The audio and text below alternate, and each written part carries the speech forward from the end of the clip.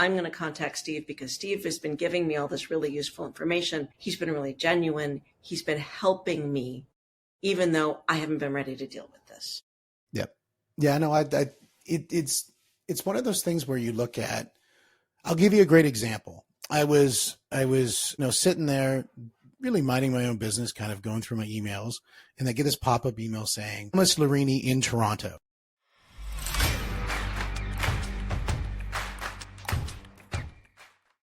I love the PCH coming down. You come down out of the mountains and you start seeing the ocean and you get this beautiful vista. And that's like where you live. It's such a beautiful spot. Yeah, I love where I live. I am 10 minutes drive from the ocean. I can go walk on the beach anytime I want to. That's part of the reason I moved here. It's right near the ocean. You got a big, beautiful house with like 5 bedrooms, 6 bedrooms. I do. Something. Yeah, I do. I actually have my 5 bedroom, 4 bathroom, 3 kitchen house because it's got a couple of what we call additional dwelling units out here. Nice. It's a good thing to have. It's a very good thing to have. I find that if you have that expansive space, you can invite friends over, and they've got their space to stay and they don't have to intrude. And then you can have that communal time when you want to have it. So I think that's right now I've got family here right now. So, we've all got space to be. We can get away from each other if we have to, which is kind of nice. Because we all love each other very much, when you no longer live together all the time. Sometimes you just need your quiet space.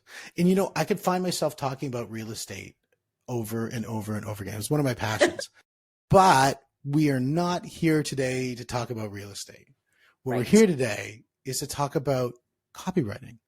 And a lot of people go, don't I just grab ChatGPT and just run with it? And sure. But the thing is, we want to do good copywriting. And so this is a podcast today that's really about, if you're a business owner, if you're somebody who, you've got to reach out to your clients, maybe you have a list of emails. Maybe you're one of those people who hoards emails. You know what I'm talking about? Yes. You grab your big, thick stack of business cards and they sit on the desk. You don't do anything with them. Or you go to an event and you get everybody to scan that QR code and it goes into that list and you don't do anything with it. If you're one of those people who gathers all of those names but do nothing with it, this is the podcast to help you figure out how to actually do something with it. Because again, if we have something we don't do anything with, it's just going to start to build up dust and it's not going to add value to your business. So Tanya here is today. Tanya Brody, you're a copywriting expert. You've worked with some of the best. You've worked with Ryan Levesque. You've worked with the AWAI and a myriad of other organizations. You actually coach, I believe, with the AWAI. I do. And that's the American Writers, what is it? And Artists Incorporated. And Artists Incorporated, yeah. So really dialed in. So thank you very much for joining us on the podcast. And I really just want to hone in on the idea of how does somebody go, first of all, how do they go like, why should I do it? Like, okay, great. I've got this stack. I've got this big stack of business cards. So what? I'm going to just leave them. They'll eventually call me. That's a lovely idea. That is a lovely idea. You gave them, and in an older world, that is true. But we don't live in that world anymore. So I want you to think about like when I was a kid in the 70s, that might have been true. Maybe even in the 80s. But these days, we are bombarded with information. I believe I heard a statistic that we receive more information in one day than someone in like the 16 or 1700s received in their entire lifetime, whether they were educated or not. So that's a lot of information. And when you think about, I like to talk about it like this, until you are the thing that is on fire on someone's desk, they don't care. And it doesn't matter that your business card is there. Honestly, I have a business card sitting right here from someone I really need to follow up with. And I just haven't done it because it's not the thing on fire on my desk. So the beauty of having someone's email address and having their permission to email them, which is very important, is that you can show up in their inbox and just be that friendly reminder of, hey, remember we had this conversation? So we had this conversation and this is what we talked about. And this is why we had this conversation. And I can still help you. I still have the solution to your problem. And here's the other thing to think about, whether you're doing business to business or business to consumer, you're going to get, maybe if you have 100 people that you contact in one way or another, whether it's through a Facebook ad or through a personal encounter or through, a trade show or whatever. Maybe 100, if you get 100 people, maybe one or two of them will buy right away, right? Well, there are still 99 to 98 people out there who said at one point they were interested. Email is the perfect way to follow up with them until you're that thing on fire on their desk. And they're like, oh my God, Steve has been emailing me for the last 5 months and I have not followed up with him because I've just been so crazy busy. But now this thing that we talked about is urgent. So I am now ready to solve this problem. I'm going to contact Steve because Steve has been giving me all this really useful information. He's been really genuine. He's been helping me, even though I haven't been ready to deal with this. Yep. Yeah, no, it's one of those things where you look at, I'll give you a great example. I was, sitting there really minding my own business, kind of going through my emails, and I get this pop-up email saying, Thomas Larini in Toronto. And I was like, and I haven't seen Thomas in 5 years, maybe. I don't even know how I got into his email list. Probably he decided to do what you're about to talk about. And so I'm like, Thomas Larini is in Toronto. And I clicked on the email because I hadn't seen him in a long time. And I went, I'm not doing anything on Saturday, and it was a 3-day event. And I went, okay, well, I'm going to click on to see if I can go to it. And I go to it and it says, okay, there's some nominal cost. And I'm like, who cares? Right. I'll go in, spend an hour, support his event, and then I'll leave. Mm-hmm. Well, I ended up staying for 3 days at his event. And then I ended up signing up to be part of his community. I ended up speaking on stage in front of 1,000 people just last weekend with his community. I ended up getting into, now I've got probably a half a dozen events I'm going to across the United States because of this. And so all of this activity happened as a result of one well-crafted email. Yeah. And sometimes that's all it takes. Now, honestly, there will be other people who may be on your email list for years. And then suddenly one morning they wake up and they're like, I need to solve this problem right now. And your email is the one that shows up at the top of their email inbox. And they're like, this is it. This is exactly what I need. Yeah. That's what you want to build. I think that's so true. I think Grant Cardone really puts it. He says, most people quit before their clients quit, before their clients, the clients still have the need. They're just not ready, and you quit on them. Yeah. Actually, my mentor, Ryan Levesque, usually says most people, once they've signed up for your list, they're not saying, no, never. That's when they unsubscribe. They're either saying not this thing or not right now. Yep. So if they keep opening your emails, they're still interested. I think there's a lady by the name of Amy Porterfield. Yes. And I love Amy Porterfield. Everything she does is just so cool. But she does a wonderful job of really building an empire around her email list. Yes. And she crafts out a lot of great content, and she creates really good collaborations, and she does a great job through affiliates. She's done it I saw with Pete Vargas was one of them from 10X Stages, for example. And it was just a wonderful opportunity for both of them to really create great collaborations, but only could have existed if she had an email list. So guys, if again, this is about people who want to get into action, because what we're about to do is to go through a series of things on this podcast to allow you to get into action of actually doing something with your email list.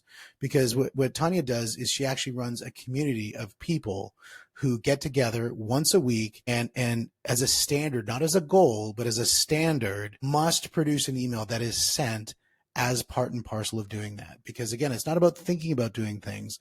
It's about getting in action. So have your paper, have your pencil out. If not, just favorite this, like or subscribe, get this thing into your DNA of getting into action, because I want you to take notes so that you know what's going to create good content, because that's what we're about to go through right now, is getting into the action part. So you know why now.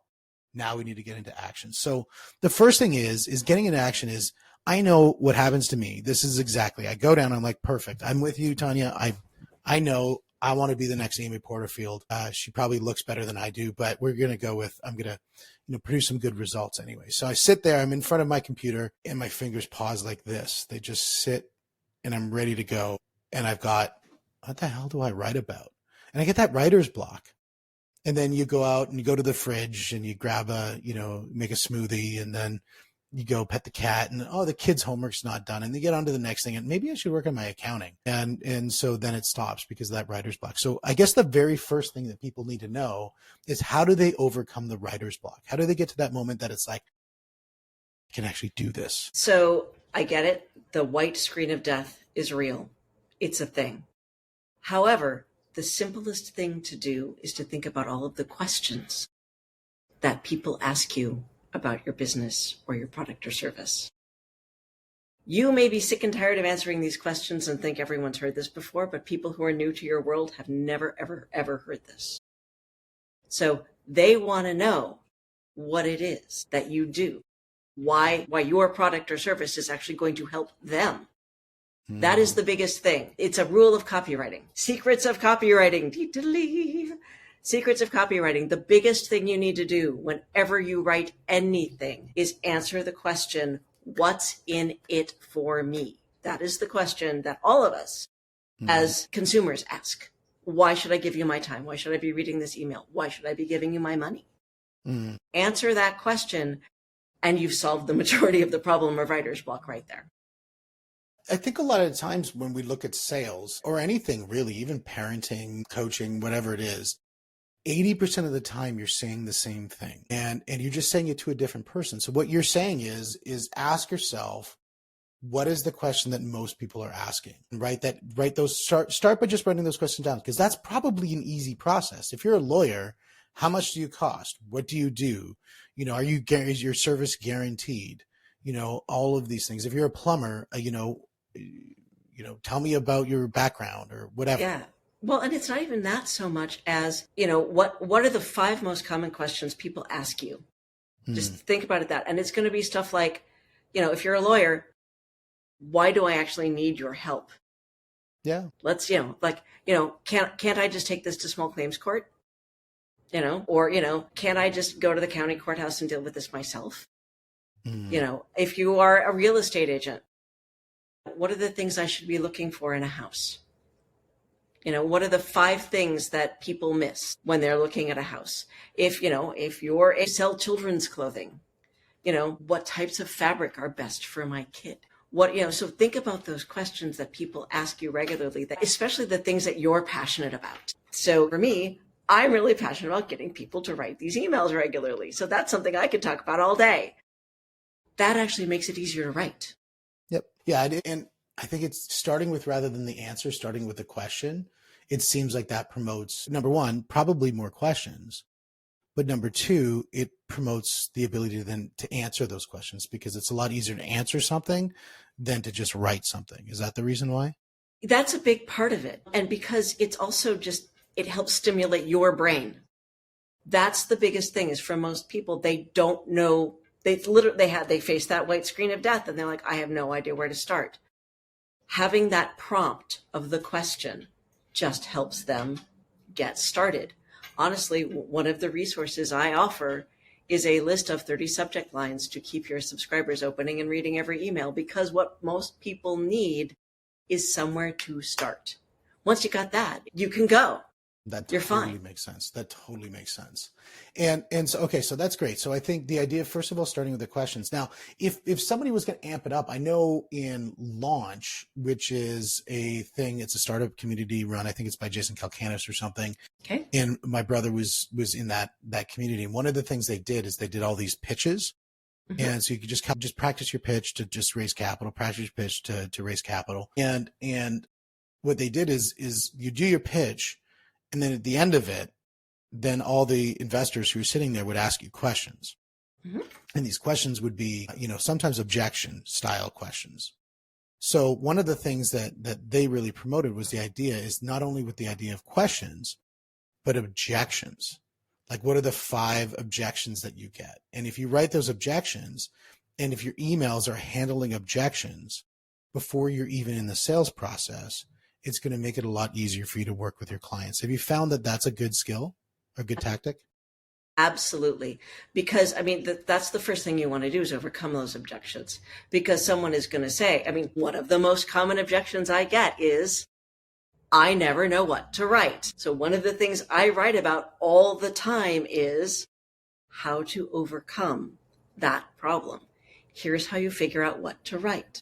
Yeah, which is first starting with questions, starting with the questions. I think that's beautiful. You start with the general questions, start with the objections, start with anything and start building that out. I think that's a beautiful first step. So guys, if you have your paper, if you have your pen and you're writing this stuff down, I challenge you right now to write down 3 questions that you get asked and just use that as a starting point, because we're going to continue on from there into how to create really good content. So write down 3 things that you get asked every time about clients. Even if they ask and stump you, these might be objections. Things are like, it costs too much. It takes too much time, or, maybe, it's not going to fit my business, or, I can't, any of these things. Start thinking about, okay, well, how would I answer that? And write that down. And that's a great starting point. Would you agree, Tanya? I agree wholeheartedly. And if you're like, I can't write, like if you freeze up when you write, take out your phone, open your voice recorder, talk it into your voice recorder, and then transcribe it. Have it transcribed. And then take out all the ums and ahs, smooth it out, because it's still your answer, which is what people want. And that's another way to break that whole writer's block thing, is because some people literally freeze up on the keyboard. Yep. Well, then don't use the keyboard. That's fine. That's right. I love it. I love it. So now you've got, so we've got it where we've got those questions. We've got those questions written down. And now we want to turn those questions into creating engaging content. So I know you first mentioned about the idea of a really good subject and how important that is. And I agree. I think those are the ones that catch you. It's like, I got to really open this email. And so first of all, let's talk about subject, and then we'll talk about body. What makes a really good subject line? So a really good subject line is something that catches people's eye. I mean, and let's just be honest, because, when you're scrolling through your emails, you're like, oh, wait. And so the things that I like the 3 that I really enjoy using the most are curiosity-based subject lines. So things that are like, they ask a question or they phrase something in a way that makes people go, really? Huh. Those are always going to get people to open a subject line. So that's going to be one thing for a subject line. Another really, really good one is something that plays on a common phrase, or basically sort of a meme, if you will. Something where you can take an older idea or like a common phrase and then twist it to your own purposes. So what would be an example of something like that? Yeah. So now, of course, now I have to think about one. Let's, if I were doing something for the holidays, let's say, let's use Frosty the Snowman just as a casual example. So Frosty the Snowman has a jolly, happy, whatever your product or service is. Frosty the Snowman has a jolly, happy email writing group, or Frosty the Snowman has a jolly, happy house that he wants to sell you, or whatever Frosty's it is. got a podcast. Frosty's got a podcast, something like that. Obviously that's just pulled right out of, I'm trying to think of fun things that I've done in the past, but there are a lot of things that you can do when you look at, I personally love riffing off of Star Wars. I love it. I'm a huge science fiction fan. I will totally admit that.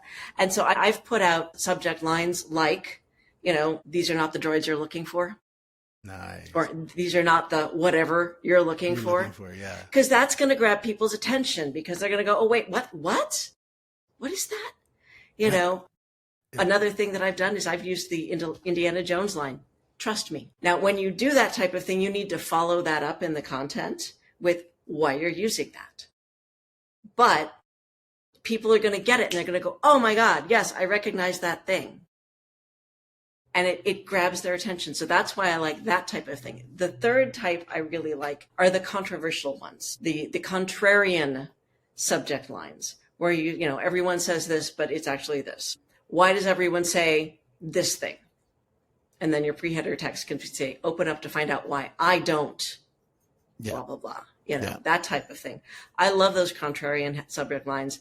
I open them on a regular basis because I'm always curious, but also I like writing them. Or contrarian. Yeah, it's like, wait a minute. And that's just you're getting that reaction of why are you contraring, being contrary to my beliefs? And people come in with the attitude of, I'm going to challenge this. And then when they start reading that, you can get them into the, and whether your email itself is contrarian or not, you can get them into that. Now, again, with both of those things, you need to pay that off right away in the beginning. Because in my opinion, there's nothing worse than giving a subject line and then sort of like doing a bait and switch. Yep. So your email could say, stop doing email marketing unless you do this. Right. And then somebody might open that to say, oh, okay. And then you have to follow up the content with what the this is. Here's the this, right. Yeah. Yeah. Give the meat right away. And then I guess the link would be, if you want more of the this, click on the link. Exactly. So would that be considered a good? That would be a great email structure right there. Yes. That'd be great. Okay. Yeah. Cool. Yeah. And so I guess the idea is just, it's just avoiding being boring is probably another thing that, sending your spam of your price list is probably not going to do it. Yeah. That's not going to help people. Yeah. And I think that's the biggest thing to think about is what is it that makes you, be yourself, be genuine. Can I rant about ChatGPT for a moment? Yeah, totally. Okay. ChatGPT is awesome for research. We can delve. Yeah. I love ChatGPT for research. However, I think its writing is boring. I think it's vanilla. Be you. That's what people want. People want to know who you are. They want to get to know you and to build a relationship with you and your company. So give them that. I talk about my cats and Star Wars and all sorts of silly things all the time.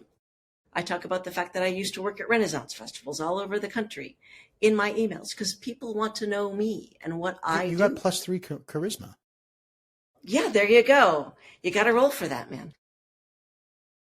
A nat 20 roll on that one. Yeah. And so, no, I totally agree. And furthermore, if you start writing content, and even if you start writing content for emails or blogs, there's a lot of tool sets out there that people are getting very acquainted with.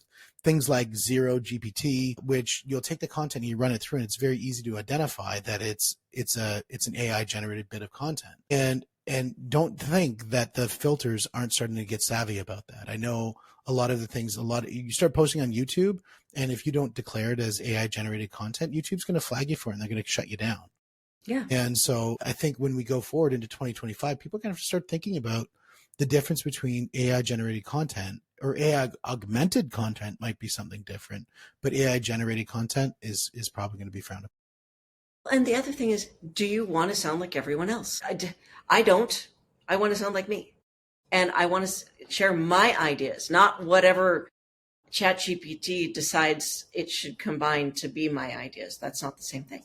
Yep. So really think about that. What do you want to sound like? Who are you? And share that with your audience. If you use ChatGPT like you would use an administrative assistant to build out content, then it's a very good thing. Yeah. If you want ChatGPT to be a replacement of you, it's going to be very difficult to do that. And that's not to say that you can't. I mean, I have synthetic podcasts. These are podcasts that are completely synthetic. I actually listen to them. They're completely AI generated, AI sourced, AI released, AI done. And I actually listen to them because they do a great job of summarizing things that I need to listen to keep apprised of what's happening in that specific market.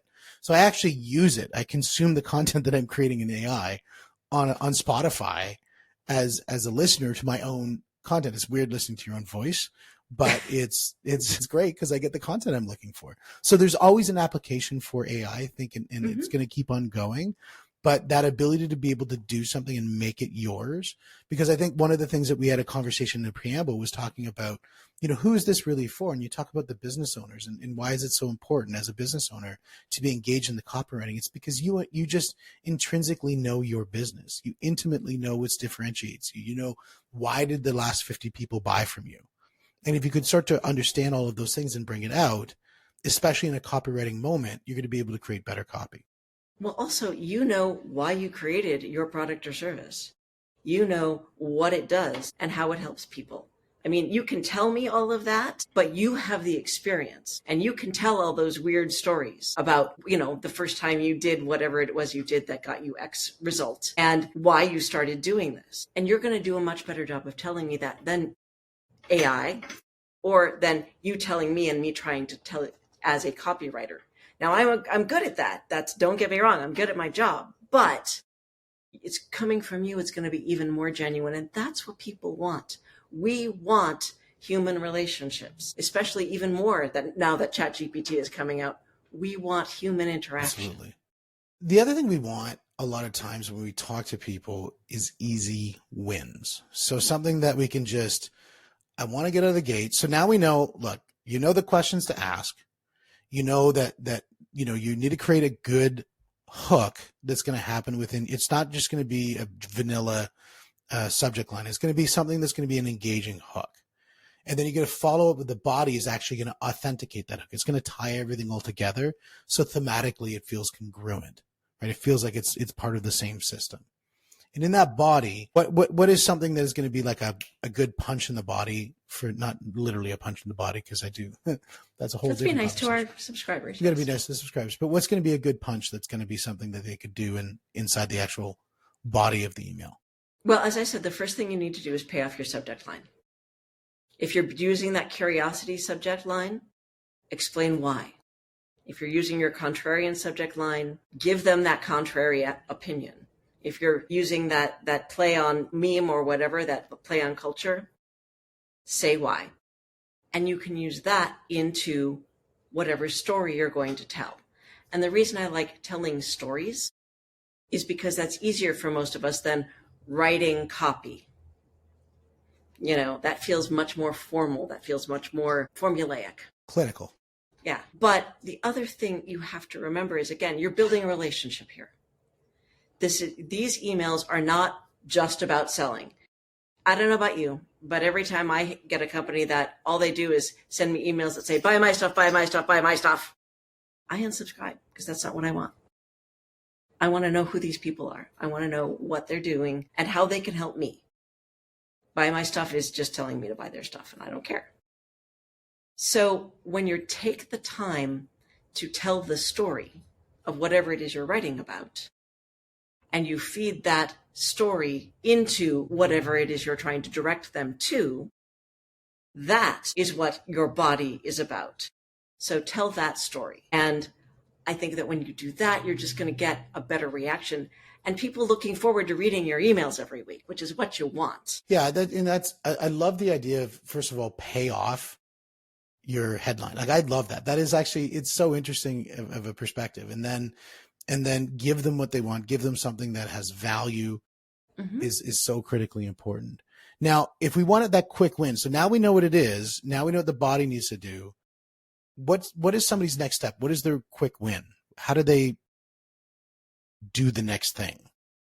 So in some cases, in your email, you can give someone that small quick win. You say, this is how you do X. And you want to do those emails every once in a while. I call them the how-to emails. It's like, here's the thing you can do. And then they're like, well, Steve actually gave me something useful. I'm going to read Steve's next email because maybe he'll do that again. So the other thing that I like to do is I like to link those to something else that will help. Another resource, whether it's a blog post, a podcast, an article about my business, or an article related to whatever the subject is. Because your goal in every email needs to be to get someone to click on a link. This does two things. Number one, it trains people to click on your link, which is what you want, because when you're selling something, you want them to be trained to click on the link. The other thing that it does is it trains the ISP, so Gmail, Apple Mail, Yahoo Mail, that you are the person these people want to hear from and you are interacting with their emails, which increases your deliverability to their inboxes, which actually increases your deliverability overall. Yeah, so you're training both the algorithms and the humans at the same time. We had one person call us because we do, obviously, with the mass email systems and stuff that we have together. We've had one person call. They said, "Great, I went out into Zoo and I bought a list of 50,000 names, and I put together a series of emails and I sent them out. And for some reason, we're in everybody's spam, and I don't know why. And so let's talk a little bit about compliance in email marketing, TCPI or TCIP or TCTTs. Yeah, all of that stuff. And compliance and how important that is. and then some of the other elements from a technology standpoint that really need to hit? So the first thing is, please don't buy lists. And the reason I don't advocate buying lists is, number one, even if a list vendor sends you a sample, they're going to send you the good people, and then the rest of that list is possibly dead. So you're really wasting your money. It's better to build your own email list through inbound marketing, meaning people who opt into your list and give you permission. Second, when you just send emails to people randomly with no introduction, why should they open your email? I mean, most people, I look at stuff, I get stuff like that all the time. I'm like, who the heck are you, or why are you in my inbox? Why are you wasting my time? So stuff like that isn't helpful. It just clutters up people's inboxes and pisses them off. It pisses me off all the time. I hate it. I just mark them as junk, which is part of what gets you sent to spam. Because as soon as people start marking you as junk, they are then training the algorithms that they don't want to hear from you, and then they start sending everything to spam. The other thing is, certainly in the US, you are in violation of the Can Spam Act. Thank you very much, government acronyms. I suspect you're probably in violation in Canada and any other number of countries where that's actually technically illegal. But you are supposed to get someone's permission to email them. This isn't like being able to have someone's address as public record. This is someone's inbox is their private property. On the algorithm side, Gmail, Apple Mail, Yahoo Mail, they're trying to protect their customers. So when you send people stuff without their permission, yeah, they're going to send you to spam. They're going to send you to the promotions tab because you've never said you want to hear from these people. So if I've got this list of, say, and we're going to say it's a small list of, say, 300 people. I haven't talked to them in a year, and I'm thinking, I want to reactivate them. And again, I get that hesitation because I don't want to be non-compliant. I don't want, the government to break down my front door because I sent out 300 emails. How do I get over that hesitation, and how do I get into action? So funnily enough, Steve, I did this with an old list of mine. As I mentioned, I used to be a performer at Renaissance festivals, and I have an old list of from when I was a musician touring around the country. And I decided to reactivate that list. Playing the harp, yes. Playing the harp at Renaissance festivals and Celtic festivals and all sorts of stuff all over the country. Nice. And what I did was I emailed that list, what I call my apology sequence. 3 emails. The first one is, I'm sorry I fell off the face of the earth. Here is something for you. So that actually got them to click through to something. And in this case, it was a YouTube video of me singing. So they got a song, right? The second one was, here's what's been going on in my life. And they got another thing to click on. And in this case, it was my Facebook page, where they got another song. And then the third one was, here's what's happening from now on. And that would keep them going. So like, from now on, I will email you every month. I will send you a list of the concerts I'm playing. I will, I did this like right at the beginning of COVID. So I'm going to play a monthly concert, from my living room. Mm. I'll send you a link, or I'll be putting out videos for you to watch. And now, of course, it's I'm playing at this place, or I'm in this show, or what have you. And that way people have something to engage with. But if you send those first 3 emails, that gives people the chance to open that email and remember who you are. You have to remind them of who you are and then explain why you stopped emailing. So, and it could be something as simple as, oh my gosh, we have been so crazy busy that we literally have not had time to send an email. We're really, really sorry. We promise we won't fall off the wagon again. Here is what we'll be doing from now on. Yeah, I think the apology approach at the beginning, I think is that is it's really taking ownership of the situation and giving people permission to forget you. Yeah. And so now they have the permission to forget you. Now they have the ability to learn who you are again. And then moving into that learn who you are again, it's great. And then you have the third email getting into the permission to say, I just want permission that I can keep up to date with you. Mm-hmm. Yeah. And I think that is, you have permission, and you have permission. That's a beautiful way of doing it. Yeah. And it's explaining yourself. It's being human, as opposed to just randomly showing up in someone's inbox and saying, hi, here we are again, buy our stuff. Yeah. which is, just rude, really. No, it's very rude. Very rude. I love it. And the last thing I think that's really important when it comes to getting into action, I think people buy for 4 different reasons. They buy something because they're in pain. They're like, I'm suffering from something. I need painkillers. So, solve the problem. The other time people buy is because there's an opportunity, right? I need to be able to, this allows me to go from A to B in a faster, better, easier way, whatever it is. The third thing that people buy is because elevated status. People don't buy a Maserati because it's more reliable than a Hyundai. They buy it because it gives them an elevated status, makes them feel good, maybe makes them look bougie as they drive up to the yacht club or whatever. Then the fourth reason why people buy is community, is that a lot of time people don't want to go alone. And I know that's something that you're very passionate about, is that if you can get people in a room together and collaborating together and sharing their journey of getting into action, you find that more successful. And just elaborate a little bit on that. So basically, this group that I run, we get together for essentially an hour and a half.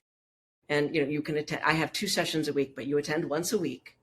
You come in, and for the first 30 minutes, we write our emails. So we're in a group, we're doing it all together. And when we show up every week, we're supportive of each other. And it feels good to have a group to do, even if it's just co-working, it feels good to be doing this with a group. We all say hi, we catch up, and then we start writing. Then after that 30 minutes is over, we take the time to review each other's emails. So everyone gets my eyes, the professional copywriter, on their emails, telling them, all right, first of all, you misspelled this. Second, this would flow a little bit better if you did this. Third, what are you actually trying to say here? And I encourage everyone in the group to contribute so that you're also getting the feedback from people who may not be your ideal customer, but they're reading something for the first time. And if something hits them differently than you want it to, we need to figure out how you can rewrite that so it makes more sense, right? So you're getting direct feedback on stuff you just wrote. And that way you can take all of that, and then we spend the next 20 minutes incorporating all that feedback and editing it. And then by the end of the session, your email for the week is written. You can load it into your ESP or CRM, however you're sending it, and it's done. And you can go on about your week, and then you just come back and do it again the next week. That's so perfect. And, we talk about ideas. If someone is stuck, we say, okay, so what's going on? We help each other brainstorm. And it's such a nice thing. It's actually one of my favorite parts of the week, is just working with everyone doing this. Because first of all, I love doing this stuff. I love doing critique and copy review. It's fun for me. But also, people get so much out of it. And they find that everyone is saying, my God, my emails are so much better. Yeah, I think you learn so much being part of somebody else's learning journey as much as being part of your own.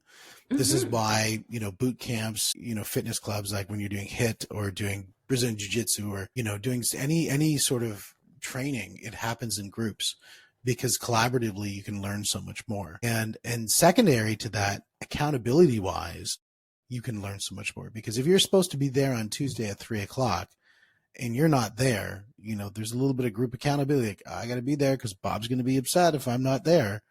And then you get there and you get it done. And so if somebody signed up for something like this for a year, that would mean they'd have 52 high quality pieces of content that have not only been thought about, have actually been executed and put into play and actually sent out.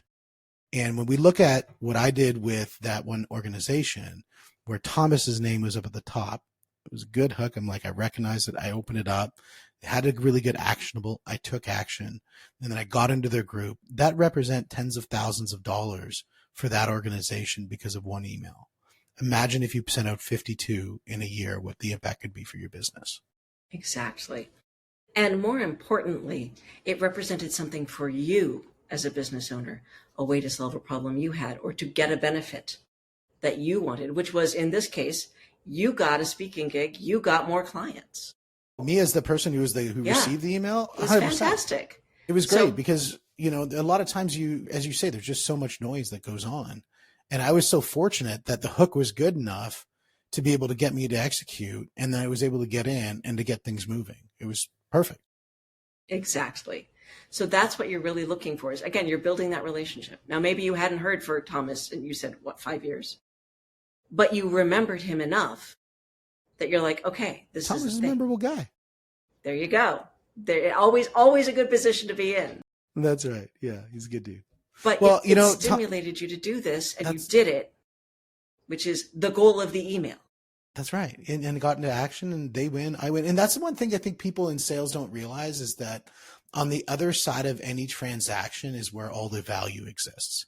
Because if you don't get to the other side of the transaction, you're not going to benefit as the person who's selling it in the terms of profit.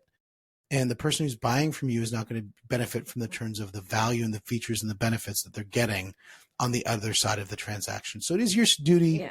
It is your responsibility. It is your obligation to help them get there so you can create this beautiful thing called a win-win. Exactly. In my opinion, we as business owners, yes, we're here to make money and pay our bills, but we're also, more importantly, here to serve. We are here to serve the people who come to us with their problem.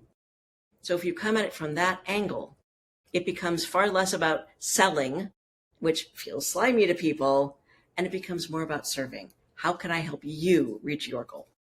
Absolutely. And the more you get comfortable that you're actually serving somebody, the less it feels slimy. The only reason why it feels slimy is because you're not wholly committed to what you're doing. Right. Like if you were wholly committed to what you're doing, it would not feel slimy at all. If I'm out there and I'm selling tourniquets in the middle of a battle to people so that they can save lives, I think I'm going to feel pretty good about using a very solid closing techniques to make sure they get what they need. And so the idea is whatever you're selling, as long as you truly intrinsically believe it, and the number one sale that you need to make is to yourself first, that you believe wholeheartedly that what you're doing is the right thing, all of this will come together in full circle and make a lot of sense. Absolutely true. Yeah. Tanya, it's been an absolute pleasure having you on the show. And everybody, I really hope so. What we've got out of this today is number one, first of all, why you should do it. Why you should get into email into action. It doesn't matter whether you have a list of 100 names or a list of 10,000 names.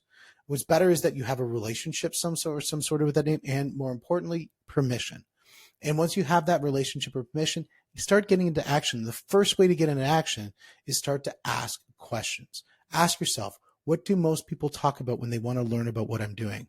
What are some of the objections that I receive when people want to get into action, but they're running into roadblocks? Ask those questions of yourself and start writing the questions down, because that's going to allow you to promote to getting to writing really good copy. And then as you get into there, then you say, okay, great. Now I'm going to go and I'm going to spend time working on my subject line. That's my hook. That's the thing of getting them to take that finger and put it over onto the click button and get them into the body of the email. And then I love, Tanya, what you said about the idea of now you've got to pay off the debt that's owed to your hook by following up the hook with content that follows suit with what the hook was. You got to deliver value there. And as you continue to deliver value, you build up the trust ladder. So then people get into action to that beautiful, sweet click through that you get right on that email. They now go to your content and get into action, whether that's signing up for a course, downloading your ebook, or buying something that you have. They're getting into action with you. And that's the sign of success. That's when you know you're creating great content. And guys, if you feel at all that you're stuck, and you're like, I love this, but I need the last bit, the most important bit, which is that community of people who hold you accountable and doing it every day, so that by the end of this year, by the end of 2025, you have a minimum of 52 sweetly, finely crafted, reviewed by a highly qualified copywriter on a weekly basis. I highly suggest that you get in contact with Tanya, and that would be at TanyaBrodyCopywriting.com to be able to go out and check her out. Am I right on the website? Tanya Brody Copywriter. Copywriter.com. Copywriter.com, yes. And go to the website and check her out. And in the show notes, you'll see. And guys, just get into action and get this done, because, you know, the number one thing that I always talk about is the idea that attention is one of the most important currencies that we have in our business. And the more attention that you can generate for your business, the more people will start to learn about you. The more they learn about you, the more that hopefully they will start to trust you. When they trust you, they get into business with you. So always understand this, that money follows attention. Focus on attention and the money will follow. And Tanya, this has been an absolutely fantastic, action-oriented podcast. Thank you very much for being on it. Thank you so much for having me, Steve. It was a pleasure. Thank you. And guys, this is the money. This is the mindset. This is the mentoring podcast. We'll see you on the next one.